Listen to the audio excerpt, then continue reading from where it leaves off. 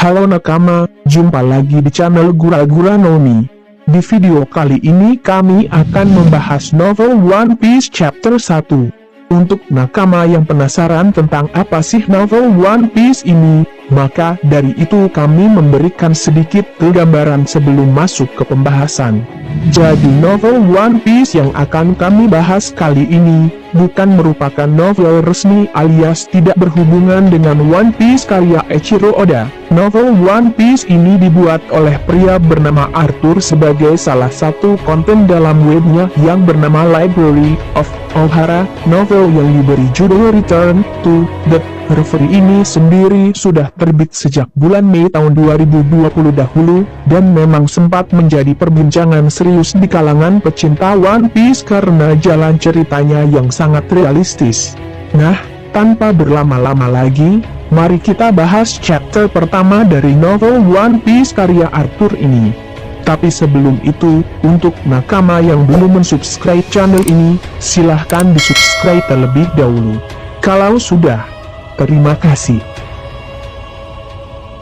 Judul dari chapter pertama di novel ini adalah Angin Perubahan. Cover dari chapter pertama juga akan menampilkan sosok Sengoku dan Garp karya Profesor Gemini, yang dimana mereka berdua terlihat sedang beternak kambing, dengan sebuah kincir besar di belakangnya. Panel pembuka berisi sebuah narasi yang menceritakan bahwa keadaan di Reverie seperti yang bisa diduga, berjalan dengan penuh kericuhan.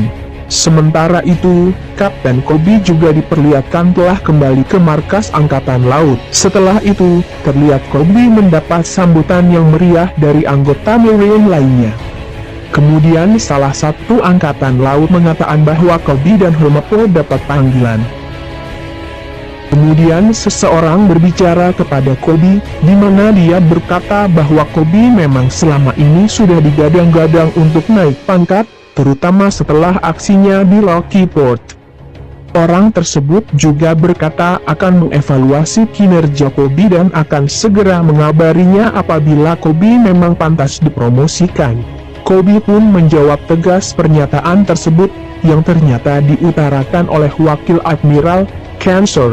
Di sisi lain, Cancer juga memuji kerja keras Helmeppo, namun sama seperti Koby, ia juga belum mendapat promosi. Helmeppo pun mengatakan bahwa ia pikir ia sudah sehebat ayahnya, namun sepertinya ini masih belum cukup.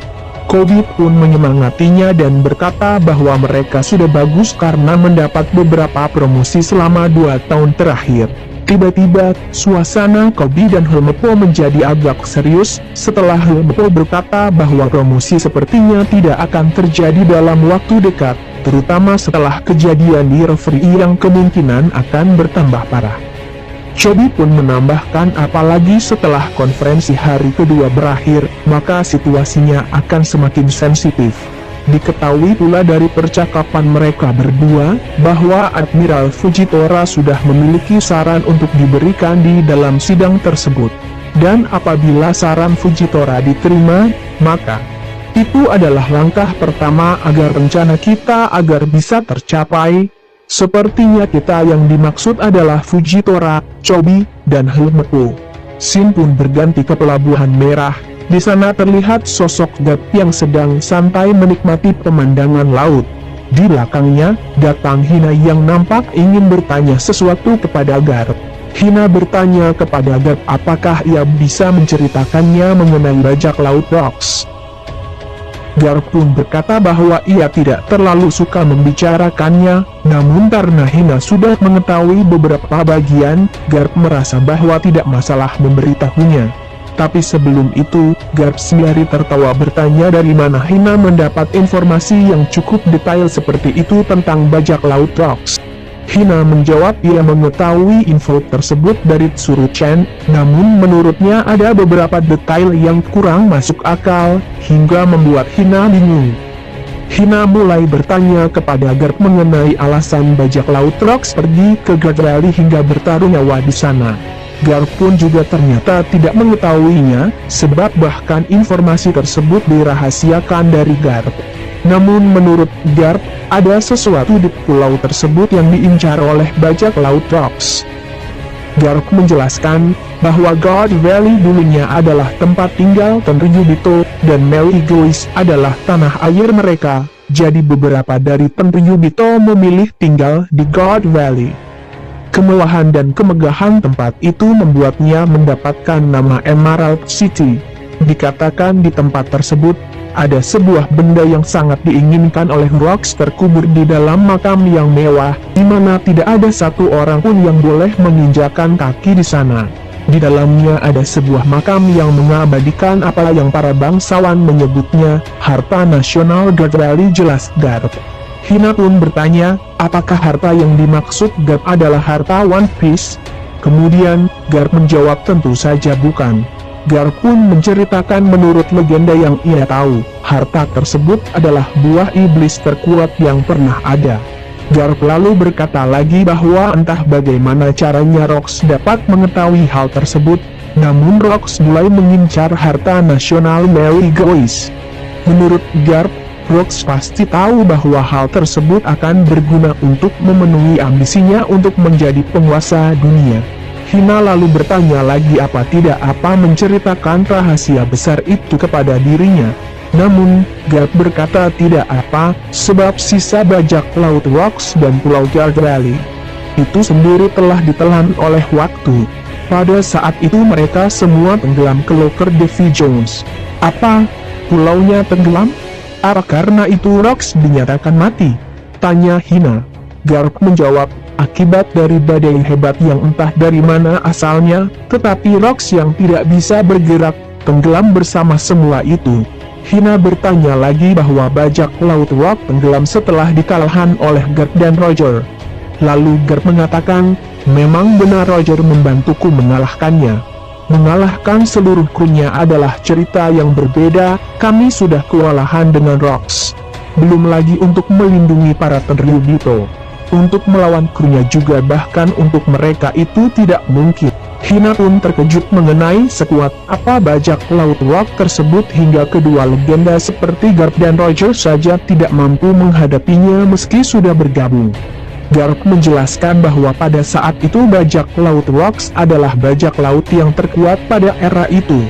Yang paling ganas dari bajak laut Rox adalah keempat komandannya, Megate, Lin, Kaido, dan Shiki, yang dikenal sebagai The Four Horsemen. Lanjut Garp.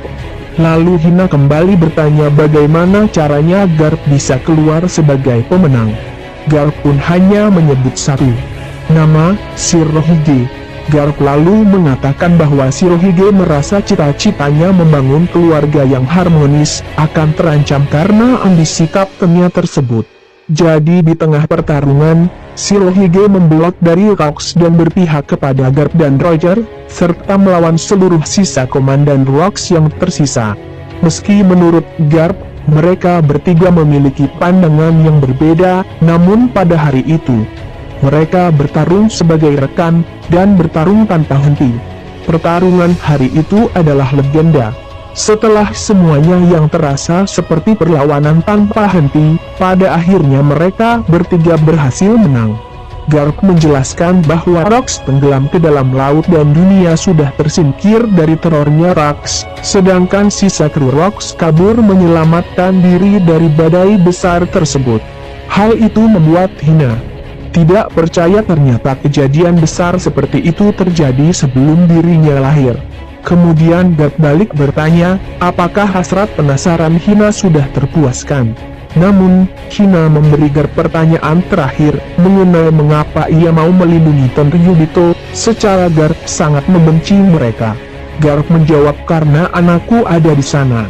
Jawaban yang sontak membuat Hina kaget setengah mati. Kemudian, Shin berpindah di pinggir red lain yang menunjukkan bajak laut Akagami.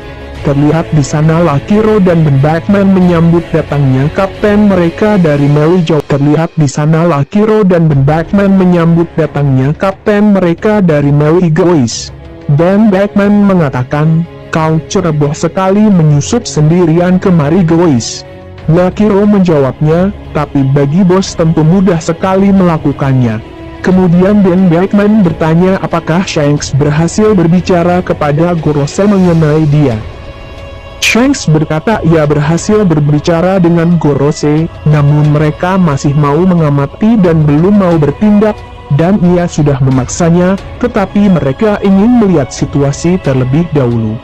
Lalu Lakiro menanyakan kepada Shanks, apakah kau sudah dengar tentang Kaido dan Big Mom? Shanks lalu mengatakan ia juga sudah membahas tentang itu. Ini dipastikan guncangan yang terjadi di antara para Yonko yang membuat mereka ragu bertindak. Shanks ragu apakah dia bisa bergantung kepada pemerintah dunia supaya beraksi. Lakiro pun menyarankan Shanks untuk membantu Luffy sebab akan berbahaya baginya menghadapi Big Mom dan Kaido seorang diri. Shanks mengatakan, kita tidak bisa bertemu dengannya sebelum ia mencapai impiannya, itu adalah janji yang tidak bisa diingkari. Shanks percaya bahwa Luffy telah menjadi lebih kuat. Kemudian Shanks mengatakan jika pemerintah tidak mau mengambil tindakan, maka kitalah yang harus bertindak, dan Shanks dan krunya harus fokus menghentikan sisa warisan bajak laut Rocks. Shanks pun menyuruh anggotanya bersiap, karena mereka akan berlayar memburu Kurohige. Kemudian scene menunjukkan puncak Red Line, hari kedua reverie telah selesai, di mana bulan menyinari tanah suci Marijoa dengan lembut. Setiap orang beristirahat setelah hari yang bergejolak dan tidak menyadari keributan yang akan datang. Adegan lalu berpindah ke distrik perumahan di kota Eden. Di sana terlihat beberapa burung gagak berterbangan. Hal itu membuat penjaga Marigold kebingungan karena pertama kalinya mereka melihat adanya banyak gagak berterbangan di Marigold. Penjaga tersebut pun menceritakan mitos jika ada burung gagak di suatu tempat, maka akan terjadi sesuatu yang buruk datang. Burung gagak tersebut adalah Karasu, yang bertemu dengan Sabo. Nah, mereka sepertinya sedang merencanakan penyusupan. Adegan di panel terakhir lalu berpindah ke kastil Pangaea, Shirahoshi dan Raja Neptune berada. Shirahoshi nampak menyambut kembalinya ayahnya. Shirahoshi menanyakan pertemuannya apakah ayah berhasil membahas keinginan ibu. Neptune menjawab, mereka memutuskan untuk menjadwalkan debat tentang lokasi Pulau Fishman sebagai topik pada hari keempat. Mereka semua harus menunggu dengan sabar dan harap itu semua berhasil. Tiba-tiba Neptune merasakan angin yang berhembus sangat kencang. Namun di luar kastil, juga terasa hembusan angin yang sangat kuat. Hal itu membuat penjaga di sana kebingungan dengan datangnya gagak dan angin kencang. Tiba-tiba, suara tapak kaki seseorang terdengar sembari berkata sudah hampir waktunya untuk revolusi. Orang itu adalah Monkey D. Dragon. Dragon berjalan di tengah para penjaga yang sudah nampak terkapar. Nah itulah yang menjadi akhir dari novel chapter 1 ini. Akhir kata, sekali lagi kami ingatkan bahwa novel One Piece karangan Arthur ini meski terlihat sangat realistis, namun sejatinya tidak berhubungan sama sekali dengan jalannya cerita saat ini, baik di manga maupun anime, melainkan hanya sebatas novel penghibur saja. Sekian pembahasan dari kami. Sampai jumpa dan terima kasih.